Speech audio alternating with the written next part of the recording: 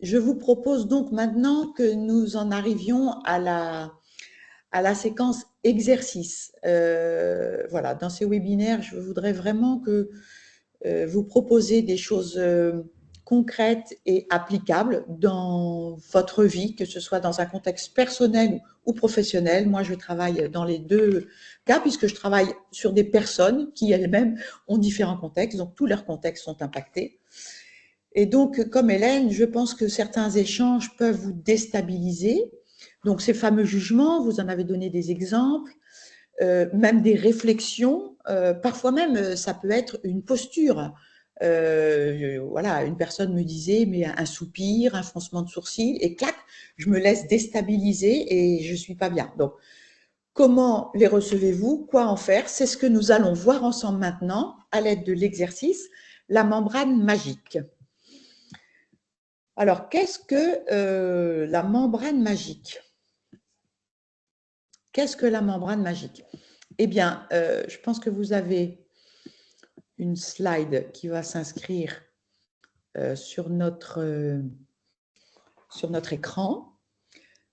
En fait, la membrane magique, c'est donc un outil que j'ai conçu pour nous aider à vivre des situations dans lesquelles nous recevons des choses pas très agréables et pour éviter deux écueils. Le premier écueil consisterait à, dès que j'entends quelque chose qui ne me fait pas plaisir, à faire comme si je n'avais pas entendu. Par exemple, à faire le sourd. Ben voilà, tu es trop perfectionniste, les gens ne sont pas comme toi. Bon, imaginons que je reçoive ce jugement, ça ne me fait pas du bien, donc je fais comme si je ne l'avais pas entendu. Mais là, j'évoque le fait que si vous faites comme ça à chaque fois que vous entendez quelque chose qui ne vous plaît pas, ben, vous allez vous couper de plus en plus de personnes, vous allez devenir un peu sourd et vous allez finir dans votre monde tout seul. Or, on n'est pas fait pour rester tout seul dans notre monde. L'autre piège dans lequel nous serions tentés de tomber en entendant ce genre de phrase, c'est paf, de la prendre en plein cœur, de se laisser toucher personnellement et d'en faire une parole de vérité. Comme si, oui, j'étais trop perfectionniste et que j'étais la seule de mon espèce sur la Terre. Et à ce moment-là, je pars dans un film un peu catastrophe d'auto-dénigrement et je me coupe les ailes et je vais de plus en plus mal. Donc, la membrane magique, c'est un outil que j'ai conçu pour que nous puissions éviter ces deux écueils. Le premier, c'est d'être sourd à la critique. Et le deuxième, c'est de m'identifier à la critique et de me laisser complètement percuter en plein fouet. Alors, de quoi s'agit-il? Qu'est-ce que la membrane magique? Ben, la membrane magique, en fait, ce qu'elle a de magique, c'est que chacun de nous est responsable de ce qui sort de lui. Moi, j'ai choisi une manière d'être et d'agir, et c'est ma responsabilité.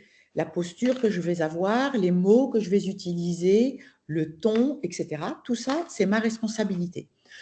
Dans une relation avec une autre personne, je ne suis pas responsable de ce qui vient à moi. Ce que l'autre me dit, comment il me le dit, quelle est la posture qu'il adopte. Je ne suis pas responsable de ça. C'est l'autre qui est responsable de ce qui sort de lui. Donc, c'est ce que je veux vous dire quand je dis je ne suis pas responsable de ce qui vient de moi, je suis uniquement responsable de ce qui sort de moi. Oui, mais il y a une bonne nouvelle, c'est que j'ai un levier d'action dans ma manière de recevoir ce qui vient à moi. Et c'est ce levier d'action qui va agir comme un filtre et donc que j'ai appelé la membrane magique ou le filtre magique. Alors, qu'est-ce que cette membrane, qu'est-ce que ce filtre ont de magique? En fait, cette membrane va laisser passer l'information. Vous voyez ce petit mot information en vert qui a traversé ma membrane magique. Donc, ça laisse passer l'information que voulait me transmettre mon interlocuteur. Donc, je ne suis pas sourd à ce qu'il veut me dire.